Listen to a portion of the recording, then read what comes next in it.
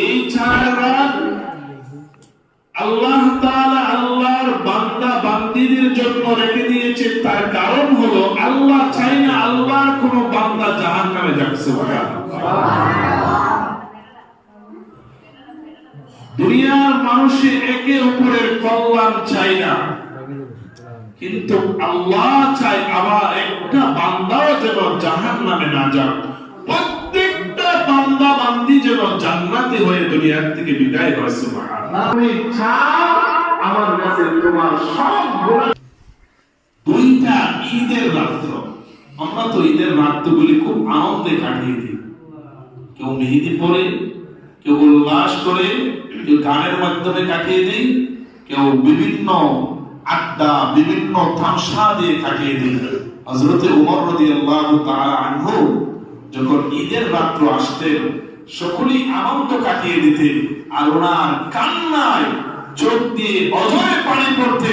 সাহাবেরা জিজ্ঞাসা করতেন, আপনি তো জান্নাতের সার্টিফিকেট পেয়েছেন, আল্লাহ তো আপনাকে জান্নাতের সার্টিফিকেট দিয়েছে, তারপরও রমজান মাসে আপনি সারা রমজান মাস রোজা রেখেছেন, কিয়ামুল লাইল করেছেন, নামাজ পড়েছেন, আপনাকে আল্লাহ তাআলা জান্নাতের সার্টিফিকেট দেওয়ার পরেও রমজানের শেষের রাত্র অর্থাৎ ঈদের রাত্র এত কান্না করেন কেন?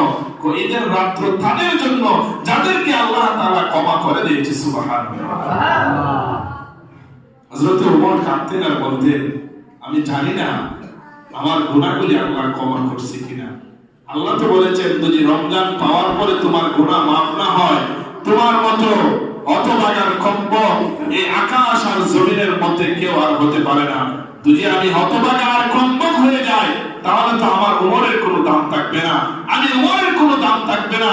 আমি ওমর আর একটা ছাগলের মধ্যে কোনো পার্থক্য নাই, আমি ওমর একটা কুকুরের মধ্যে কোনো পার্থক্য নাই, আমি ওমর একটা গাধার মধ্যে কোনো পার্থক্য নাই।